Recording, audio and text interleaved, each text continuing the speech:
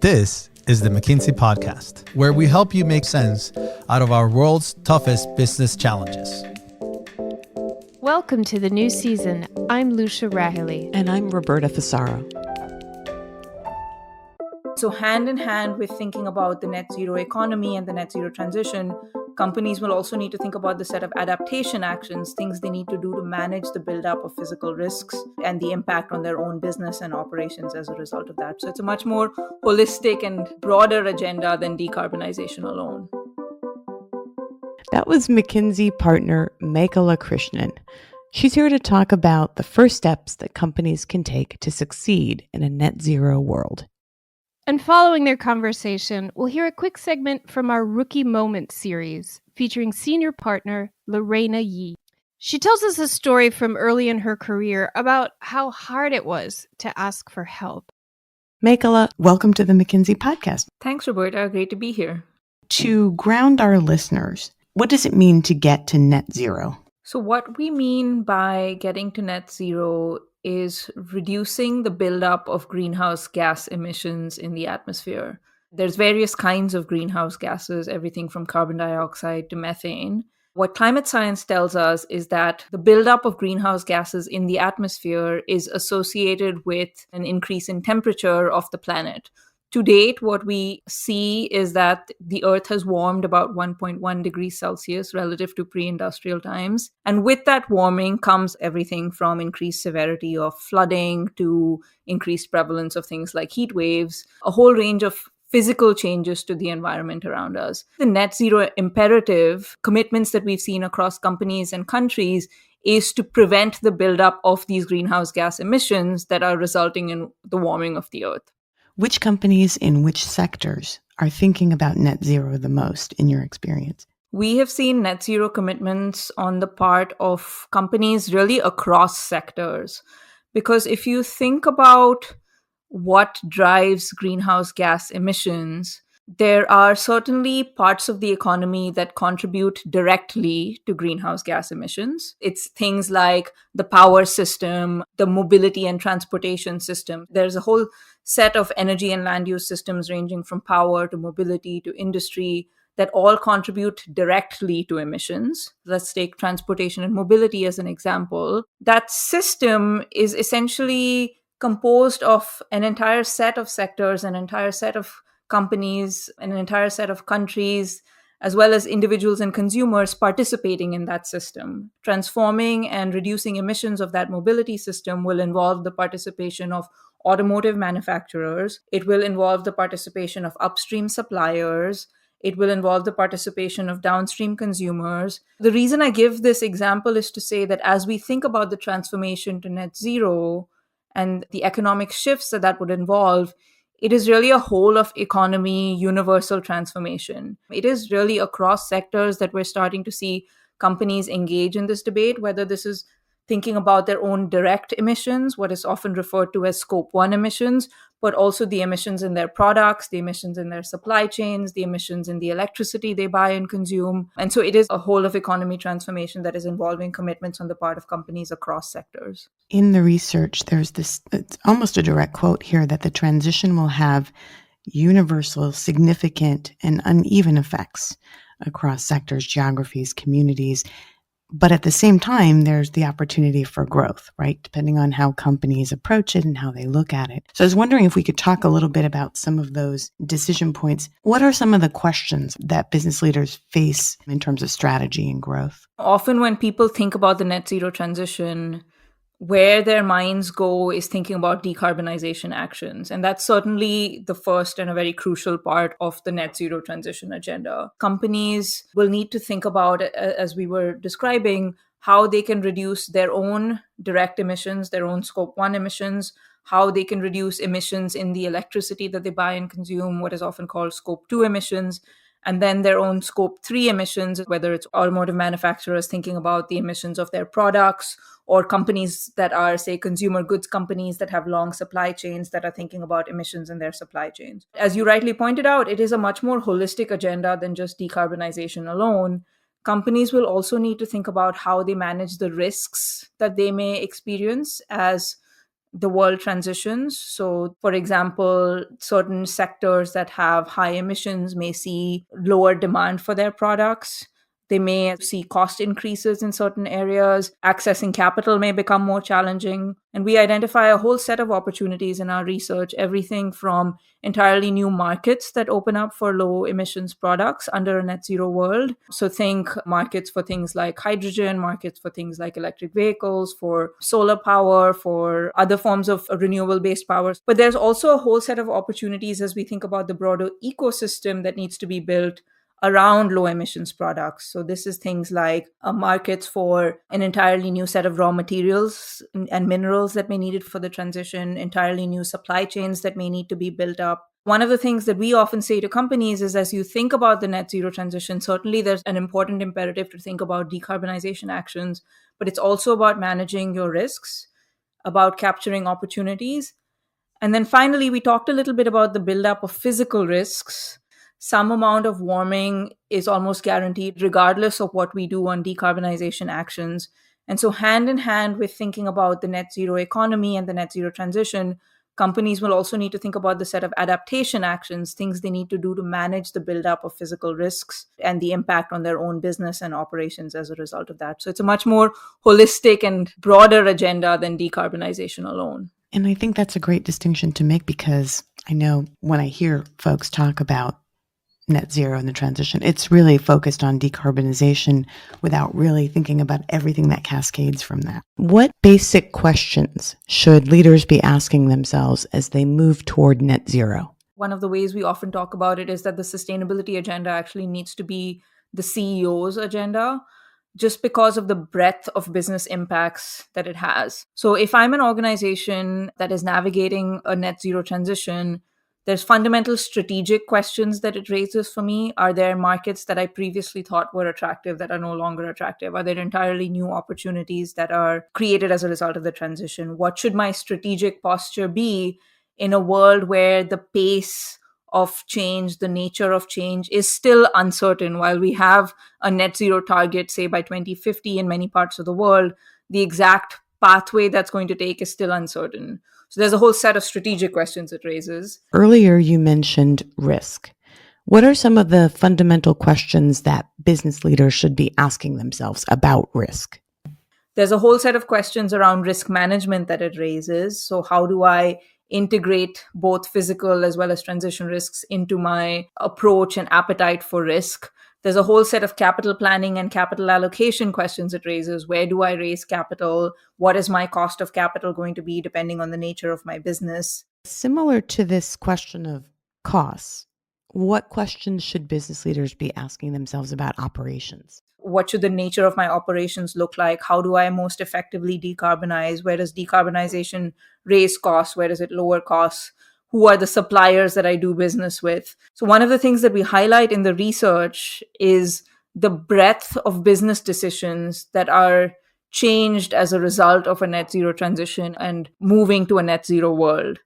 I'd imagine that companies would need to consider whether they have the right talent to manage through the net zero transition. So what questions should business leaders be asking themselves about talent and the structure of their organizations? There's an entire upskilling exercise that many organizations will need to undertake to navigate this transition successfully. Above and beyond that, when we then think about the implications for middle management, for upper management, these constituencies and companies in particular will need to upskill themselves to understand both the case for change and how their organizations are affected under a net zero world so that they're able to successfully navigate the organizations through the transformations that lie ahead.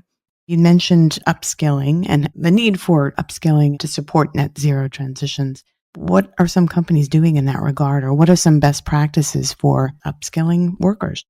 What we see organizations starting to think about university curriculum, right? Almost what is the 101, the 201, the 301 set of skills that employees need. By 101 skills, I mean every employee having some degree of proficiency around what the imperative to get to net zero looks like, but then also what the net zero transformation entails.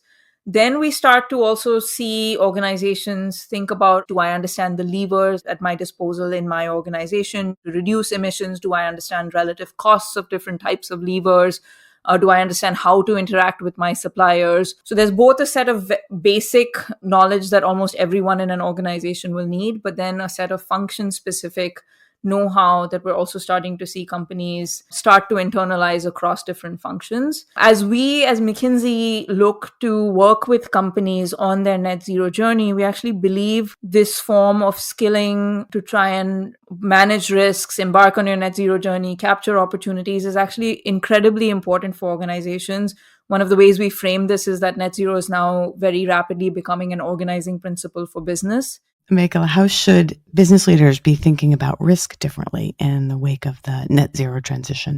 So first and foremost, I think what is important to recognize is that with a changing climate and the net zero imperative, there's a whole set of new risks that companies will need to face, whether that is the physical risks from a changing climate or transition risks, which is risks that ensue as the world undertakes a net zero transformation, much in the same way as something like cybersecurity risk maybe was not on the radar of companies 10, 15, 20 years ago, but now is on every company's radar. We're going to see that happen, and we're already seeing that happen with both physical risks as well as what is called transition risks. Now, hand in hand with that will be the need to build an entirely new set of capabilities, of infrastructure, of data to be able to assess these risks on the one hand, and then take steps to manage them. And so as a result of that, what we think is important for all companies to do is to develop the ability to conduct these scenario-based modeling exercises that allow them to understand how their organizations will be affected. And so as they build these capabilities to do scenario-based modeling, they need to take a probabilistic view of potential outcomes, how they may vary across sectors, across geographies, and how they may differentially affect their own business. And there's also now rising momentum as companies measure their risks to not just measure these risks, but also disclose them. We have efforts like the Task Force on Climate Financial Disclosures that has created guidelines for how companies should think about both measuring their risks, but also taking steps to manage them and encouraging companies to disclose this, both so that it allows for better capital planning and better investment decisions, but also it allows companies to benchmark their performance, their actions relative to their peers.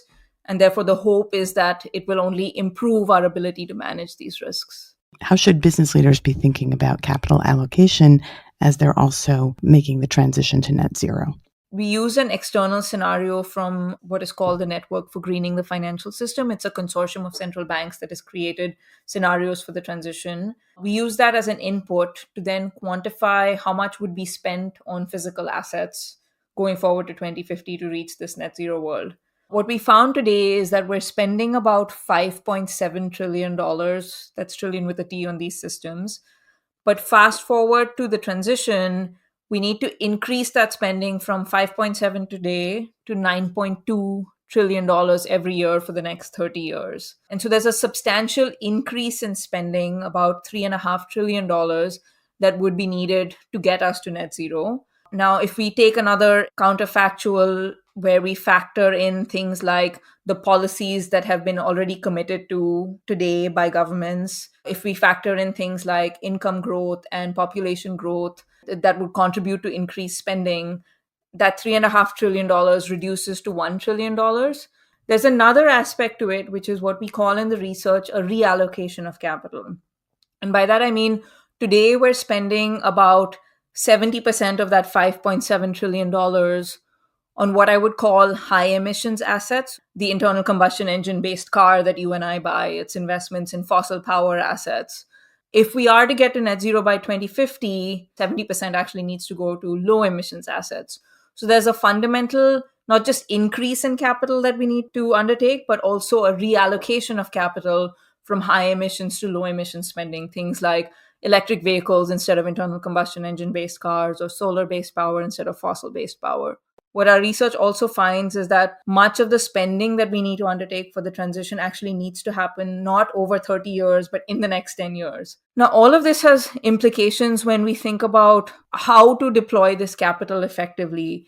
It will mean that financial institutions have a crucial role to play in raising and deploying the capital that we need for the transition, but also think about the role that entirely new financial products might play. We've heard a lot of discussion now about things like voluntary carbon markets to raise some of the capital that is needed for the transition, new finance products like instruments for negative emissions, special purpose vehicles to allow us to ramp down high emissions assets effectively, things like green bonds. So there's a whole range of innovations that is needed in financial products to allow us to send capital to the sectors and geographies where it's most needed. Hand in hand with this, we will also need certainly a role for public finance. When we think about some of the types of investments we need, many of them are what would typically be considered public infrastructure investments, things like EV charging infrastructure. Many of the technologies that we've talked about for the transition are still in relatively early stages and may need forms of guarantees to reduce their risks.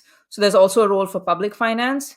And then I think almost most importantly, the role for collaborative action between providers of capital and users of capital to allow for capital to flow effectively. So companies will need to work hand in hand with their investors to effectively communicate the decarbonization agenda that they are about to embark on and allow for investors to feel comfortable with the risk profile of their investment. So we're starting to see some interesting models where financial institutions are partnering with companies in the real economy to build an effective business case around certain types of decarbonization investments and almost do that at a pilot scale before then scaling up across organizations.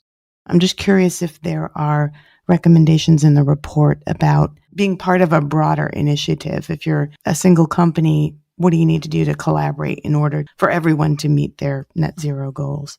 Yeah, absolutely. Companies can think about collaborating with their suppliers. So, for example, if they need to transform their own operations to reduce emissions, this may involve changing the kinds of inputs that they receive. We're also seeing really interesting efforts on the part of entire industry associations. So, companies across sectors coming together to identify net zero initiatives. It will involve establishing a set of best practices, for example, around decarbonization. It will involve, in many instances, setting entirely new standards. What does green steel actually even mean? What does it mean in a certain sector to be at net zero? How do you effectively measure emissions? There's a lot of unanswered questions when it comes to how we actually measure and how we set standards. And so industry groups coming together to do standard setting is an important step. The third kind of cross-industry or cross-company collaboration within an industry that is important is making the investments in some of the technologies that we need for the transition. So especially in industries where some of the technological pathways are still uncertain, collaborations across industry to finance and fund R&D as well as deploy capital could become very interesting. Are there key industry associations in this regard? It varies across industries, right? So some industries tend to be more global in nature, others more local in nature. So we're seeing examples in finance, for instance, where we're starting to see collective commitments on the part of banks or investors to get to net zero. We're seeing commitments when it comes to the steel industry and collective platforms. We're seeing this when it comes to hydrogen, where a group of companies have come together to think about a roadmap for hydrogen deployment. This is certainly an important direction of travel.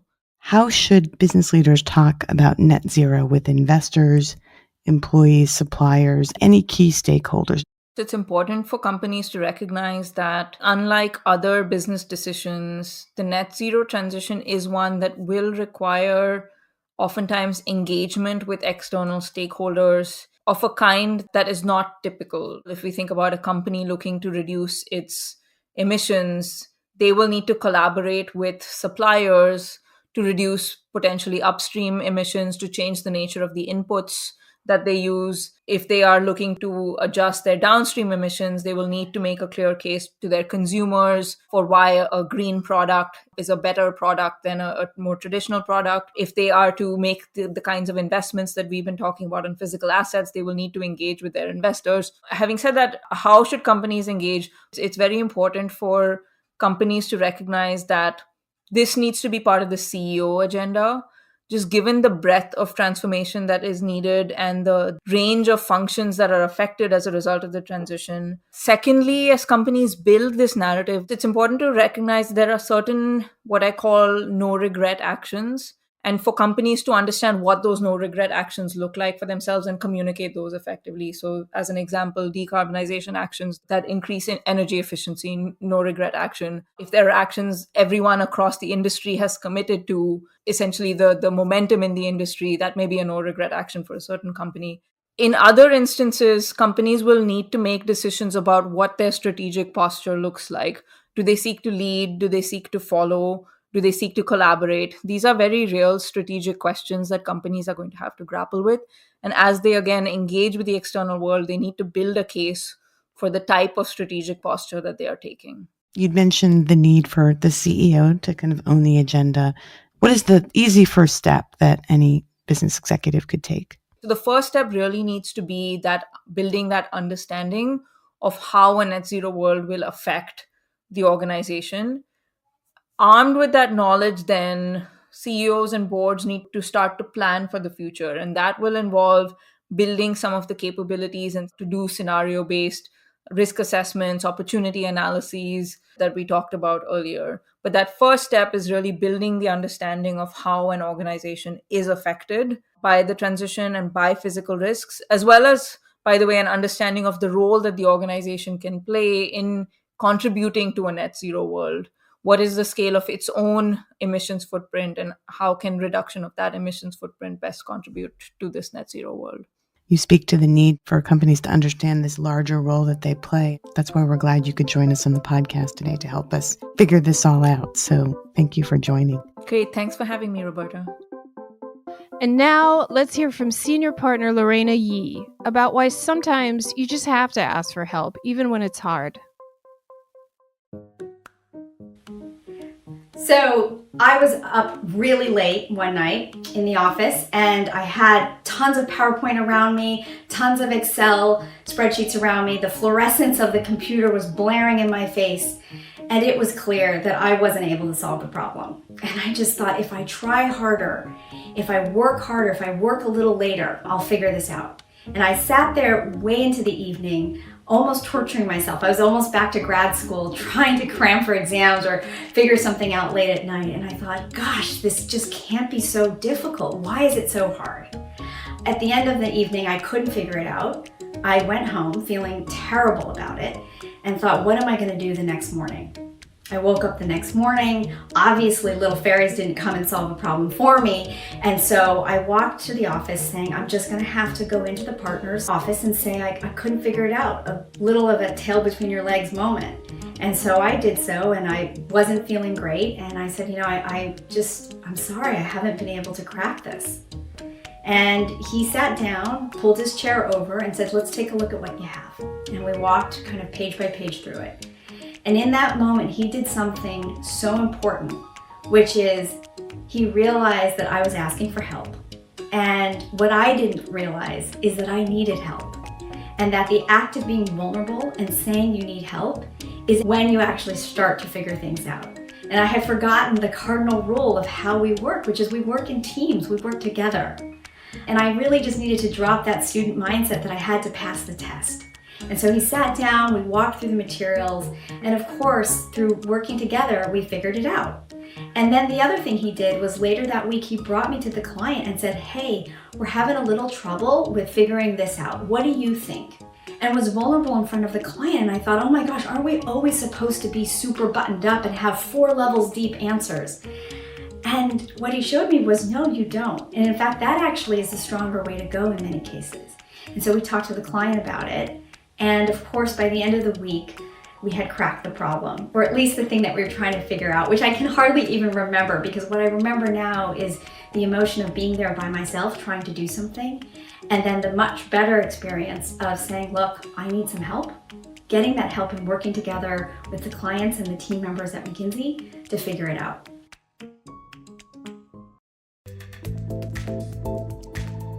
Thanks so much for listening to the McKinsey podcast. I'm Lucia Rahili. And I'm Roberta Fasaro. Find us on McKinsey.com. We'll have a transcript of this episode up shortly.